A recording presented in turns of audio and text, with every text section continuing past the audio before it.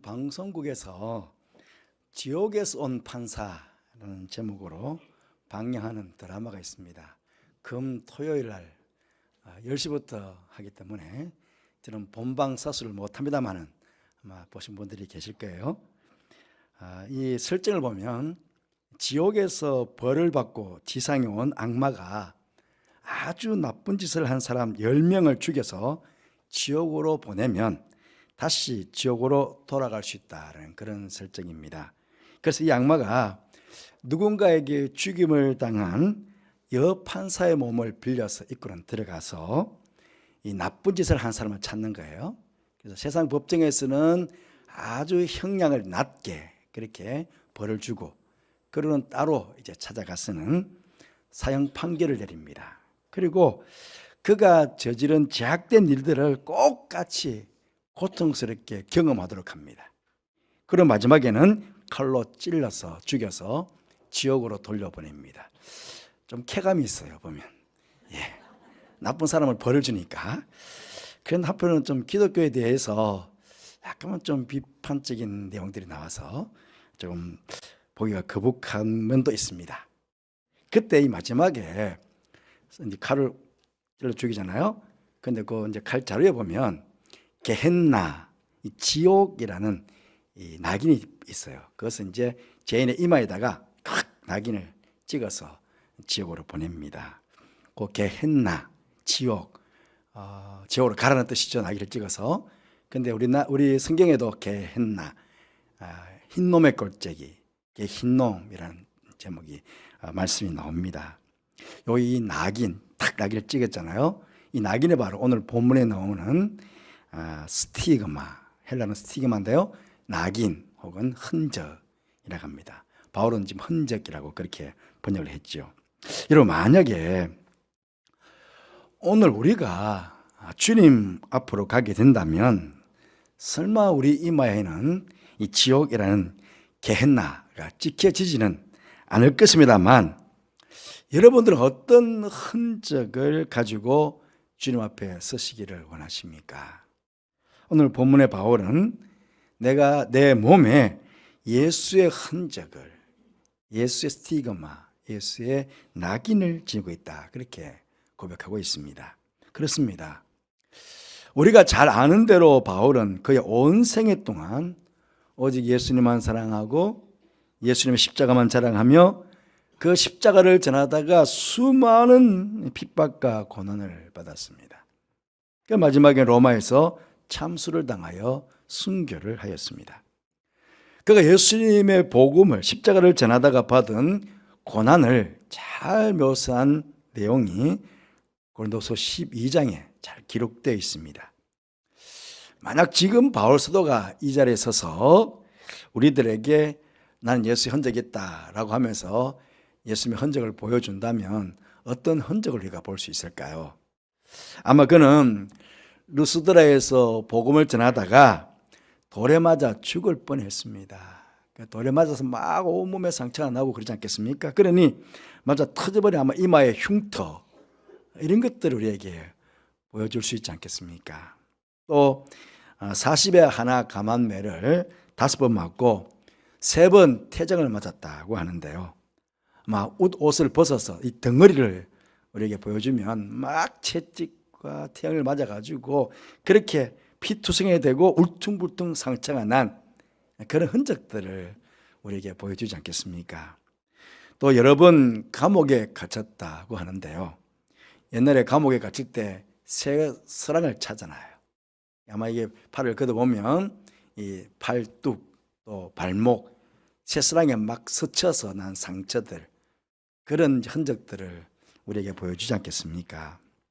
그 외에도 여러 환난과 고통을 당했다고 우리에게 이야기하고 있는데, 그야말로 그렇기 때문에 그의 일생은 예수님의 흔적으로 가득한 그런 인생을 살았다, 그렇게 말할 수가 있겠습니다. 여러분, 오늘 우리는 사도 바울이 겪었던 그런 고난의 시대에 살지는 않습니다. 그러나 고난이 없는 시대에 이 편한 세상에서 돌에 맞지 않는다고 해서, 채찍에 맞지 않는다고 해서 우리가 성령의 사람으로 또 예수님을 믿는 제자된 삶을 살게 된다면 분명 우리는 어떤 형태로든지 예수님의 흔적을 가지며 그렇게 살아갈 수 있습니다. 그러면 지금 우리들이 가질 수 있는 예수님의 흔적이라면 어떤 것이 있을 수가 있겠습니까? 첫째로 보면 우리 몸의 여러 부분에서 우리는 예수님의 흔적을 가질 수 있습니다. 먼저 우리 눈 한번 생각해 볼까요? 눈. 여러분, 나 자신을 위해서가 아니라 누군가 남을 위해서 한번 눈물을 흘려 보셨습니까? 예수님께서는 죽은 나사로의 무덤 앞에서 오셨다고 합니다. 로마에 멸망당할 예루살렘 성을 바라보시며 오셨다고 합니다. 그리고 십자가를 앞에 놓으시고 겟세마네 동산에서는 심한 통곡과 눈물로 기도를 하셨다, 그렇게 전해주고 있습니다.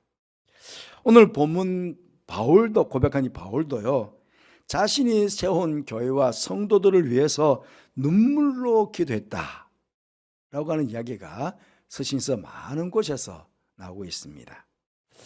그렇게 우리 또한 주님의 교회를 위해서, 또 연약한 사랑하는 성도들을 위해서, 또 죽어가는 영혼을 불쌍히 여기며 그 영혼의 구원을 위해서, 또 나라와 민족을 위해서 흘린 그런 눈물 자국들이 우리 눈에, 우리 얼굴에 우리는 예수의 흔적으로 남길 수가 있습니다.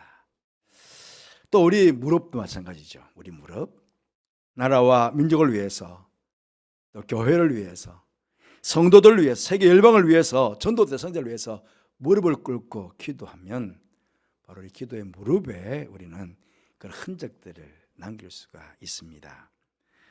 우리의 손도 그렇죠. 우리 손, 교회와 성도들을 섬기며 봉사하며 헌신할 때에 우리는 우리 손에 예수님의 흔적을 남길 수가 있고요. 우리 발에도 그렇습니다. 교회와 성도들을 섬기기 위해, 주님의 복음을 전하기 위해 걸어갔던 우리의 발, 그 발에 우리는 예수님의 흔적을 남길 수도 있지요. 입도 마찬가지입니다. 우리 금방 예수님의 성호를 찬양했는데요. 찬양하는 입, 또 누군가를 칭찬하고 누군가의 허물을 용서하고 누군가를 위로하고 덕을 세워갔던 그런 언어, 그런 말들이 우리 입에 흔적으로 그렇게 남게 될 것입니다. 여러분 어떻습니까? 2024년 올해 벌써 10개월을 살아왔습니다. 이런 아름다운 예수님의 흔적들이 여러분 몸의 여러 부분에 지금 잘 남겨지고 새겨지고 있으신지요? 바라옵기는 이 해가 다 가기 전에 우리 몸에 이런 귀한 흔적들, 눈물의 흔적, 기도의 흔적, 또 수고와 봉사와 헌신의 흔적들을 여러분 몸에 아름답게 잘 새겨 가시는 여러분들 되시기를 간절히 바라겠습니다. 두 번째로, 이 약간은 좀 추상적입니다만은 우리의 물질에도 우리는 예수님의 흔적을 남길 수 있습니다. 시대가 참 많이 변했습니다. 10여 년 전만 해도 일반 사람들은 몸에 문신을 새기는 것을 싫어했습니다. 다만 몸에 문신을 새기는 것을 자랑으로 여기는 사람들이 있었습니다. 누구였습니까? 조폭들. 영문신 새겨서 막 그냥 자랑하고 그랬잖아요. 그래서 몸에 문신을 한 사람들을 보면 일단은 우리는 경계의 눈빛을 보내게 되었습니다. 근데 지금은 이 문신이 아주 흔한 일이 되었습니다.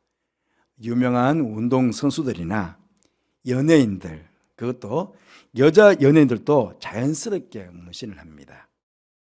그러다 보니까 일반 사람들도 어렵게 생각하지 않고 또 자연스럽게 하기도 하고, 또 그 문신을 숨기는 것이 아니라 오히려 미적 표현으로 혹은 자기 표현 방식으로 사람들에게 보여주기 위해서, 자랑하기 위해서 그렇게 몸에 문신을 하는 그런 경우도 이제 있는 그런 시대가 우리가 살아가고 있습니다.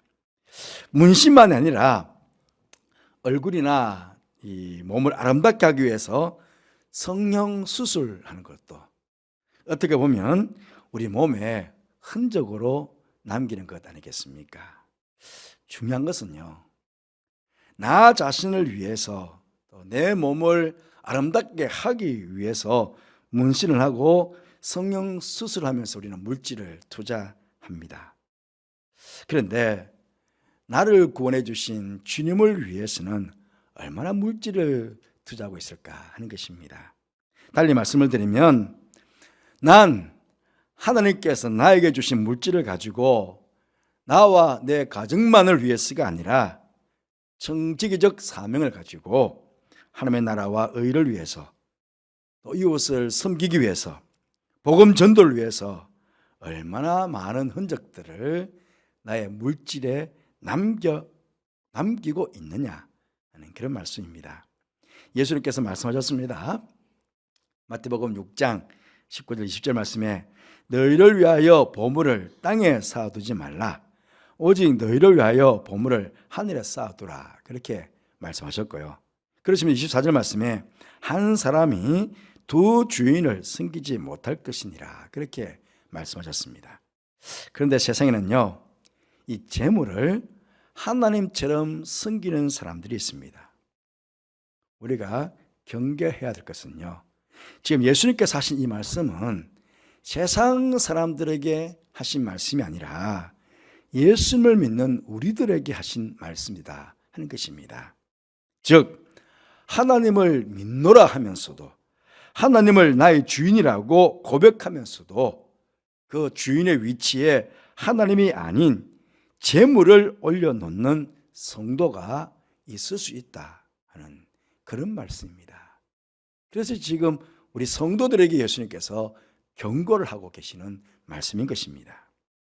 사람들은 이야기합니다. 재물을 가진 것도 중요한 것이지만 가진 재물을 어떻게 잘 사용하느냐가 더 중요하다 그렇게 이야기합니다. 그렇죠. 그 재물을 가졌다가 아니라 그 재물을 잘 사용했다가 중요한 것이죠. 그 재물을 잘 사용함이 곧 우리의 물질을, 우리의 재물을, 우리의 보물을 하늘에 쌓아놓는 것 아니겠습니까? 그리고 바로 그 물질에다가 그 재물에다가 예수님의 흔적을 남기는 것 아니겠습니까? 바로 그런 사랑하는 성도 여러분, 정말 주님을 위해서 주님의 복음을 위해서 우리 이웃들을 섬기기 위해서 재물을 사용했던 그런 흔적들 이 해가 다 가기 전에 여러분의 재물에 꼭 아름다운 흔적으로 그렇게 남기게 되시기를 간절히 바라겠습니다. 세 번째로 추상적인 또 개념입니다만은 우리의 시간에도 예수님의 흔적을 남길 수 있습니다. 예전에는 시간은 돈이다, 시간은 금이다 그렇게 이제 이야기했습니다. 그런데 현대인들에게는요, 시간은 돈이 아니라 생명이다 그렇게 말하는 분들이 있습니다. 돈 이상이죠. 생명 그 자체다 그런 것이죠. 그렇게 어떤 사람의 삶의 우선순위를 알고 싶으면 그 사람이 시간을 어디에 어떻게 활용하는지를 보면 알 수가 있습니다. 자신이 중요하게 여기는 거기에다가 시간을 많이 투자할 것이기 때문 아니겠습니까? 아마 늘 골프 치러 다니는 사람들은 골프가 굉장히 교회 삶에 중요한 위치가 될 수 있거든요. 그죠? 그 어디에다가 직장 생활 외에, 직장 생활 우리가 평소 해야 되는 일들이니까 직장 생활 외에 그가 어디에다가 많은 시간을 투자하느냐 보면 알 수가 있거든요. 저는 이 시간의 중요함을 여러분에게 말씀을 드리면서 릭 웨런 목사님께서 목적이 이끄는 삶이라는 책을 쓰셨는데요. 그 책 내용을 여러분에게 여러 번 언급해 드린 적이 있습니다. 아마 기억나시는 분들도 많이 있으실 텐데요. 우리가 살아가면서 실천해야 되는 가장 중요한 덕목이 무엇입니까? 그건 바로 사랑입니다. 하나님을 사랑하고 이웃을 사랑하는 것입니다. 우리가 누군가를 사랑한다면 바로 우리에게 생명과도 같은 시간을 사랑하는 사람에게 내어주게 되는 것입니다. 목적이 이끄는 삶, 제가 언젠가도 한번 소개해드렸어요. 이 구절들을요 한번 말씀해 볼게요. 이런 이야기가 있습니다. 시간은 우리가 받은 가장 소중한 선물이다. 왜냐하면 시간은 한정되어 있기 때문이다. 돈을 더 많이 벌 수는 있지만 시간을 더 만들 수는 없다. 누군가에게 우리의 시간을 드린다면 우리는 그 사람에게 다시는 돌려받지 못할 삶의 일부를 주는 것이다. 우리의 시간은 우리의 삶이다. 그렇기 때문에 시간은 우리가 누군가에게 줄 수 있는 가장 좋은 선물이다. 사랑의 가장 좋은 표현 방법은 시간을 투자하는 것이다. 그렇게 류익 외련 목사님은 우리가 사랑해야 되는 것 중에 시간을 이렇게 중요하게 이야기합니다. 여러분, 하나님 사랑하십니까? 그러면 사랑하는 그 하나님을 위해서 여러분의 시간을 얼마나 많이 하나님께 내어드리고 있으십니까? 사실 예수 믿는 사람들은 세상 사람들보다 더 바쁘게 살아가야 합니다. 세상 사람들이나 우리나 똑같이 24시간이라는 시간이 주어집니다. 이 24시간을 가지고 세상 사람들과 같이 세상 일도 해야 되고 세상 사람들이 하지 않는 신앙적인 일들까지 해야 되니까 세상 사람들보다는 우리가 더 훨씬 힘들고 바쁜 삶을 살아가야 합니다. 지난 주간에 제가 성령의 사람에 대한 설교를 했을 때 아들이 제 설교를 들었습니다. 그리고 여러 가지 저한테 묻고 싶은 이야기들을 적어왔더라고요. 자기는 너무 바쁘다는 거예요. 자기는 너무나 바쁜데 도대체 이렇게 바쁜 시간을 어떻게 쪼개가면서 그렇게 성령의 사람으로 살아가야 되느냐, 그 부분이에요. 그렇지만 그래도 우리는 그렇게 살아가는데 그것이 우리에겐 짐이 아니라는 것을 이야기했습니다. 우리는 24시간을 48시간 같이 그렇게 쪼개면서 우리 예수 믿는 사람들은 살아가야 된다.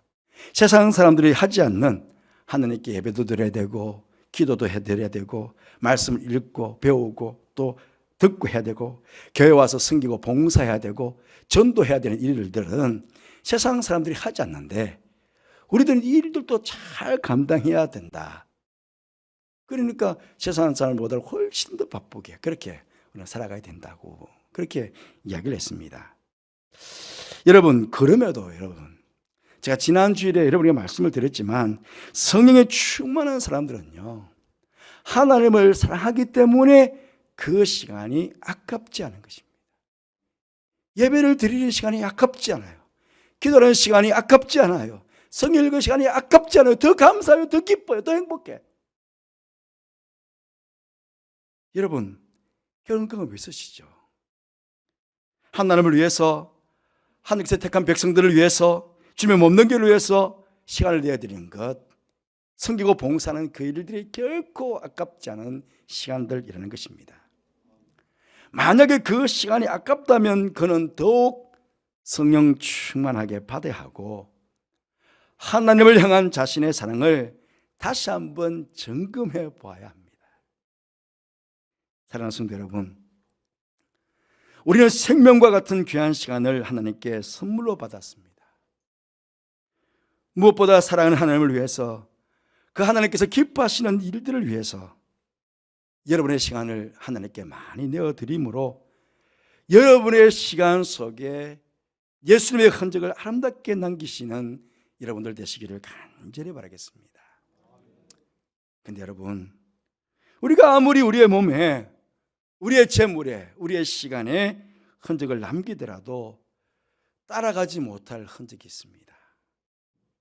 그것은 바로 나를 위해서 십자가에 돌아가신 예수님의 몸에 난 가시에 찔린 흔적들, 채찍에 맞은 흔적들, 대못에 박힌 흔적들, 창에 흘린 흔적들입니다.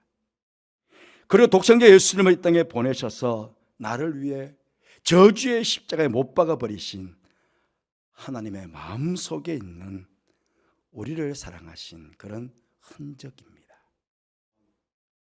이런 사랑을 우리가 받았고 지금도 받고 있는데 우리는 지금까지 살아오면서 그 사랑에 얼마나 보답하면서 살아왔는지 조용히 스스로 한번 자문해 보시기를 바랍니다. 바로 그는 얼마 남지 않은 이 2024년의 남은 시간 동안에도 더욱더 하나님을 위해서, 하나님께서 기뻐하시는 일들을 위해서 몸을 드리고 물질을 드리고 시간을 드리는 가운데 이들 속에 예수님의 흔적을 아름답게 남겨가시는 여러분 모두 되시기를 주님 이름으로 축복합니다.